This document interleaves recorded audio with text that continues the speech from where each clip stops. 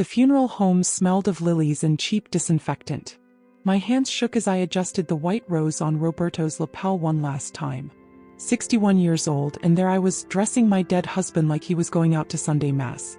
The coffin lid stood open, waiting for the final goodbye. That's when I saw her. Clara, my daughter-in-law, beautiful as ever in her black dress, leaned over the casket when she thought no one was watching. Her fingers moved fast, sliding something small into the inside pocket of Roberto's navy suit, the one he wore to our youngest son's wedding. She pressed the fabric flat, smoothed it with the palm of her hand, then stepped back, dabbing her dry eyes with a tissue she didn't need. I froze behind the floral arrangement. My heart slammed against my ribs. I pretended to fix a ribbon, turning my face away. Whatever she hid, it wasn't a prayer card. It wasn't a photo. It was wrong. I felt it in my bones, the way you feel rain before the first drop. Minutes crawled. The director asked if we were ready to close the casket. Family shuffled forward. I waited until the last second, until Clara was hugging my son near the guest book. Then I moved. My fingers slipped inside the pocket like a thief. Cold metal met my skin. A flash drive. Tiny. Black for mourning. My blood turned to ice. I palmed it, heart roaring in my ears, and stepped back just as the lid came down forever. That night, alone in the house that still smelled like him, I plugged it into the old laptop he never let anyone touch. The folder opened. Hundreds of photos. Clara. Naked. With him. My husband. My Roberto. And the dates, years. Years. The last photo was taken 3 days before the heart attack. I couldn't breathe. She buried proof with him. She thought the dead would keep her secret. He was wrong. 298 words. Before I tell you what happened next, stop for a second. If you're feeling this chill with me already, hit that like button so this story reaches more people who need to hear it. Drop a comment right now. Tell me what city you're watching from. I read every single one. And if you don't want to miss what I did next, subscribe and turn on notifications. Because this only gets darker. My name is Helena, 61 years old. Widow for exactly 9 days when I discovered my husband didn't just betray me. He planned to take the evidence to his grave with a little help from the woman my son calls wife. People think grief makes you fragile. They're wrong. Grief sharpens you. Turns love into a blade. For 38 years I cooked his meals, ironed his shirts, forgave his late nights, raised 3 boys while he provided. I smiled when he brought Clara into our home like a second daughter. I ignored the way his hand lingered on her back. I told myself I was paranoid, old, jealous. Now I know better. The flash drive held more than photos. There were videos, audio files, bank transfers, a life insurance policy taken out 6 months ago, $2 million beneficiary, Clara Sofia Mendez. Not our sons. Not me. Her. And the medical report. The one that made my knees buckle. Traces of digoxin in his blood. Levels way above therapeutic. The coroner called it congestive heart failure. Natural. But digoxin doesn't magically appear in a healthy man's bloodstream. Someone put it there. Someone with access to his morning coffee. Someone who kissed my son goodnight while planning to dance on my husband's grave with his money. I closed the laptop. I didn't cry. I smiled. For the first time in 9 days I smiled. Clara thought she won. She thought the secret died with him. But secrets have a way of crawling out of coffins. And mothers don't forgive. Remember. Welcome to my war. I sat in the dark living room, the laptop glow painting my face blue. The house creaked like it mourned too, or maybe it was just old wood remembering his footsteps.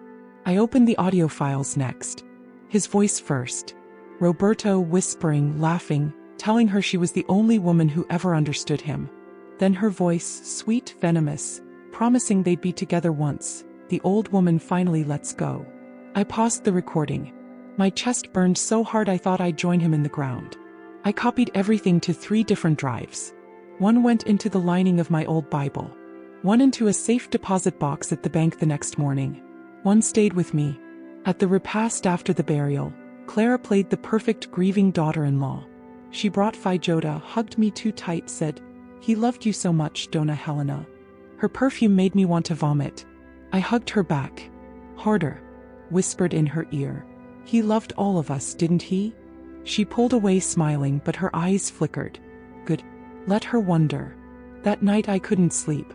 I walked through the house touching his things. His watch, his razor, the ugly tie he wore every Father's Day. In his study, behind the false panel he thought I never found, there was a second safe. I knew the combination. Our wedding date. Inside, cash, passports, and a letter addressed to me. I opened it with shaking hands. If you're reading this, I'm already gone. I'm sorry, Helena. I was weak. He made me feel young.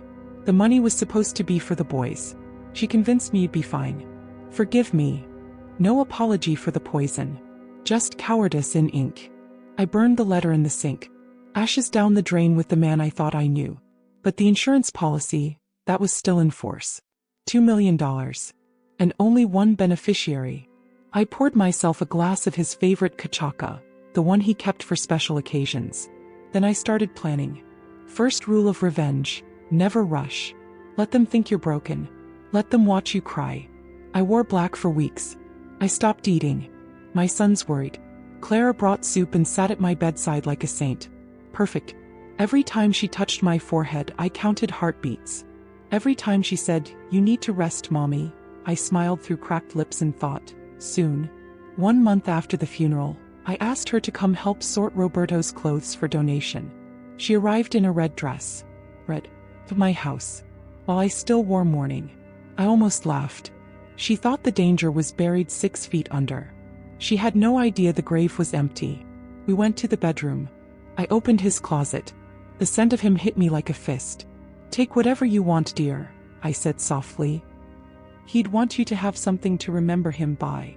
She stepped inside, fingers trailing over his suits. I closed the door behind us. She turned, smile faltering. I held up the flash drive between 2 fingers. "Looking for this?"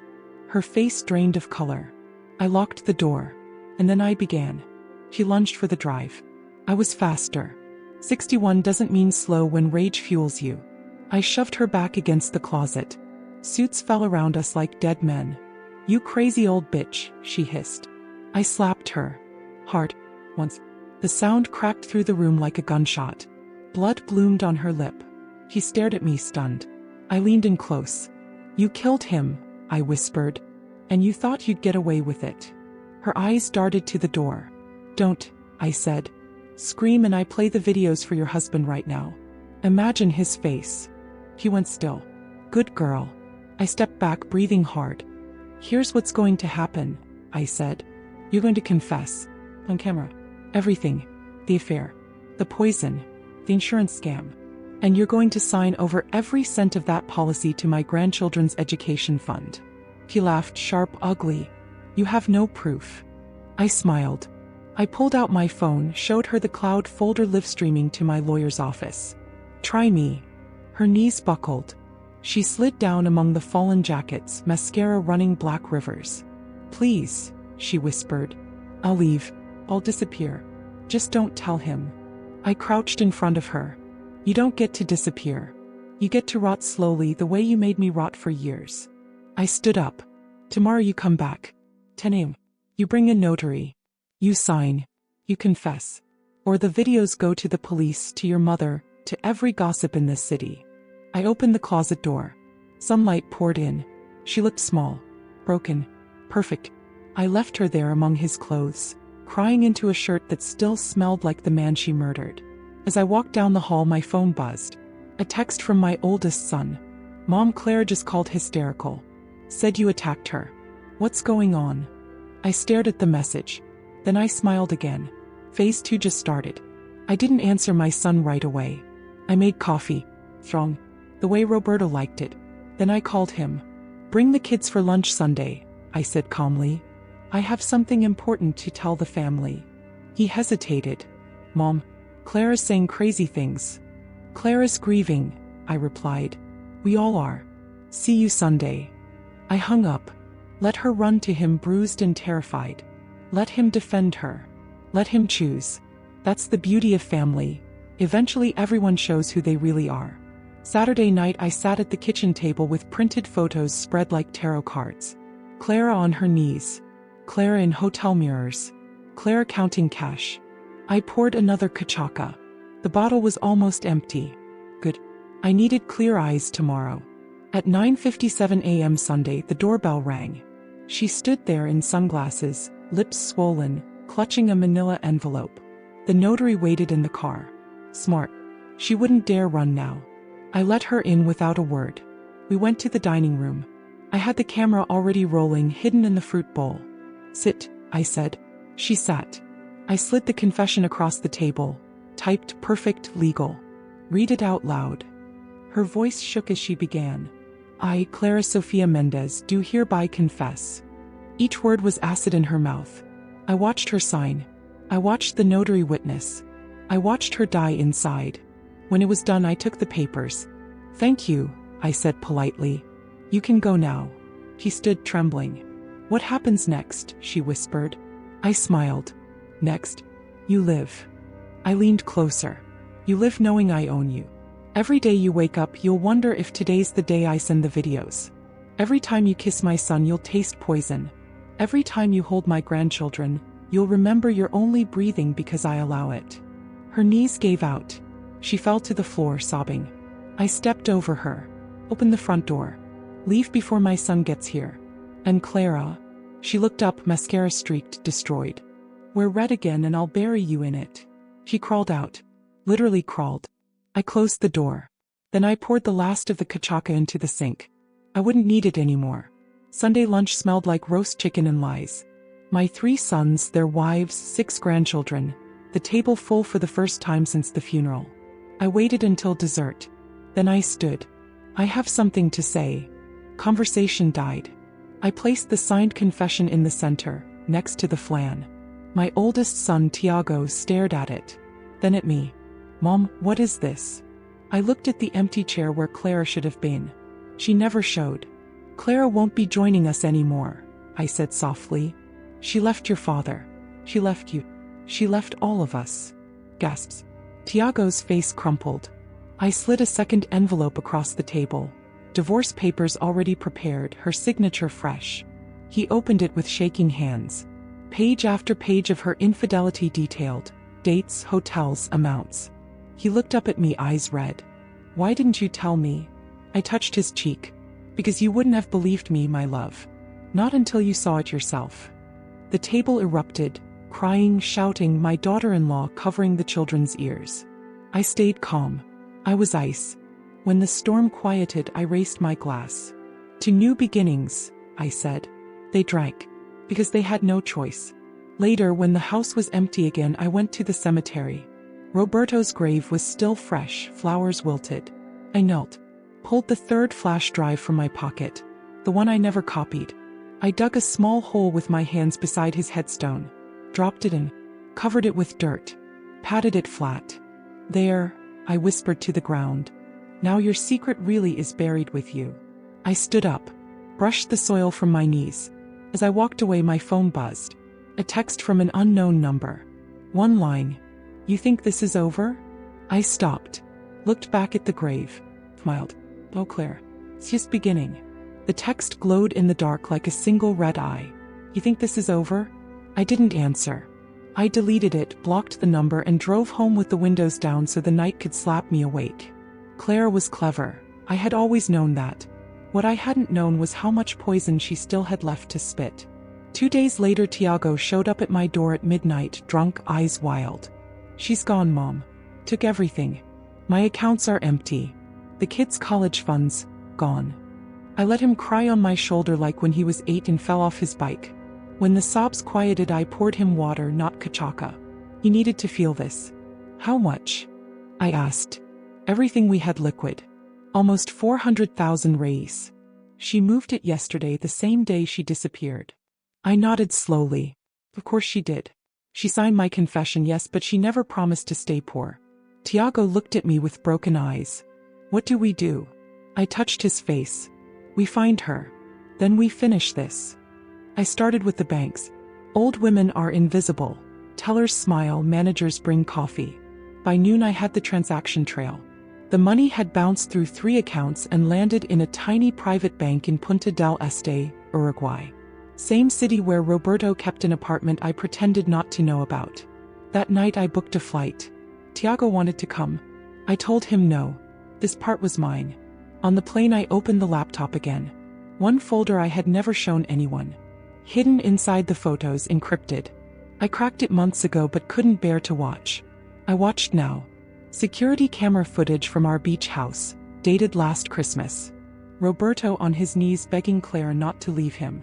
Clara laughing, filming him with her phone, telling him the only way she stays is if he changes the insurance and gets rid of the old cow for good.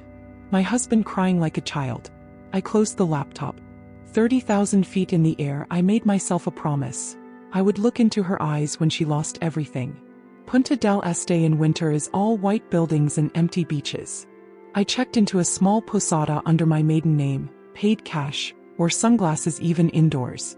The apartment was on the 15th floor of a glass tower facing the ocean. I watched from a rented car until I saw her.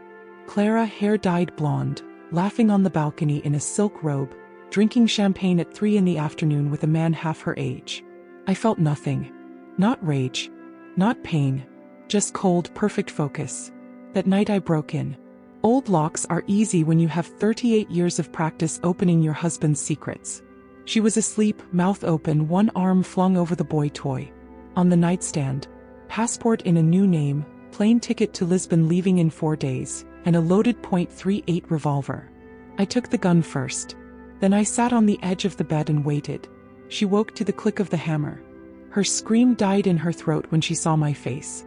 "Hola querida," I whispered. The boy stirred. I pressed the barrel to her forehead. "Tell your friend to leave or I paint the ceiling with you." She obeyed. Voice shaking, she told him in Spanish it was a family matter. He grabbed clothes and ran barefoot into the hallway. We were alone. I smiled. "Tao we talk." He tried to run. I was ready. One punch to the solar plexus dropped her gasping.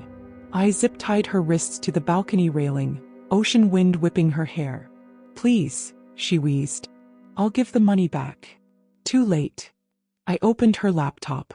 Same password as always, Roberto's birthday. Pathetic. 400,000 was already moved again. Cayman Islands this time. But I expected that. While she watched, I initiated a transfer. Not to Tiago. Not to me. To a charity for widows of domestic violence. Every cent. Her eyes widened. "You can't." I just did. Confirmation pinged. "Irreversible." She screamed, yanked against the ties until blood ran down her arms. I crouched in front of her. "You know what digoxin feels like, Clara? Slow heart. Confusion. Death that looks natural." Terror flooded her face. I pulled a small glass vial from my pocket. Clear liquid. Her own medicine cabinet had been very helpful. "No," she begged. "Helena, I'm pregnant." The world stopped. I stared at her belly. Flat. No sign. "Liar," I said. She cried harder. "It's true. 12 weeks. It's Tiago's." I laughed then. Couldn't help it. I leaned so close our foreheads touched. "If you're lying, you die tonight. If you're telling the truth." I pressed the vial into her palm, closed her fingers around it. "You drink this anyway. One way the baby dies with you. The other way maybe both of you live. Your choice." She looked at the vial. Looked at me. I walked inside, left the balcony door open so the wind would keep her awake. I poured myself champagne from her bottle. Sat on the sofa. Waited. Minutes bled into an hour. The wind howled. No sound from the balcony except sobbing. Then footsteps. She stood in the doorway, wrists raw, face swollen from crying, vial empty in her shaking hand. "I drank it," she whispered. I studied her. Waiting for collapse. Waiting for truth. Nothing happened. Of course. It was only saline.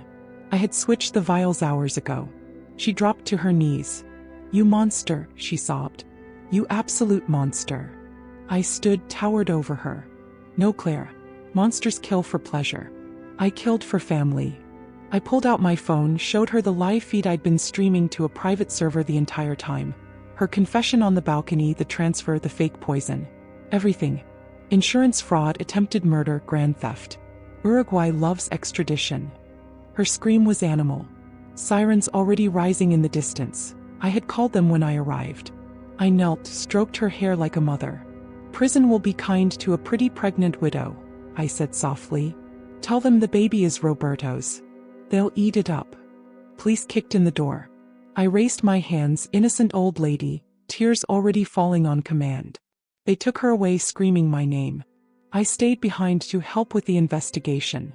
When the apartment was empty, I walked to the balcony, looked out at the black ocean. My phone buzzed. Tiago. Mom, where are you? The police just called.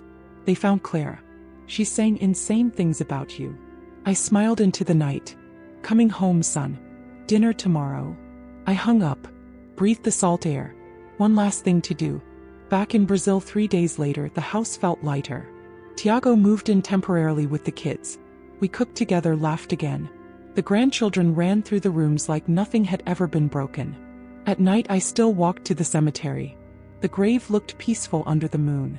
I knelt, pressed my palm to the stone. I fixed it, Roberto, I whispered. She's gone. The money is gone. Your name is clean. A soft sound behind me. I turned. Tiago stood there, hands in his pockets, eyes red. I know everything, Mom. My heart stopped. He stepped closer. I saw the videos. The real ones. Not the edited version you showed the police. Silence stretched between us like a wire. He looked at the grave, then at me. Clara lost the baby in jail. Trust, they said. She tried to kill herself last night. I said nothing. He met my eyes. Was it worth it? I thought of the years she stole. The poison in his coffee. The red dress at my husband's funeral. Yes, I said. Tiago nodded slowly. Then he did something I never expected. He hugged me. Tight. Like when he was small. I would have done the same, he whispered against my hair. We stood there a long time, mother and son, over the grave of the man we both lost. When we walked away, our shadows merged into one. Behind us, the wind moved through the trees like a sigh of relief. Or warning. Because some secrets don't stay buried. Some mothers don't stop. And some stories never really end. I still check my phone every night, waiting for the next message. It will come. And when it does, I'll be ready.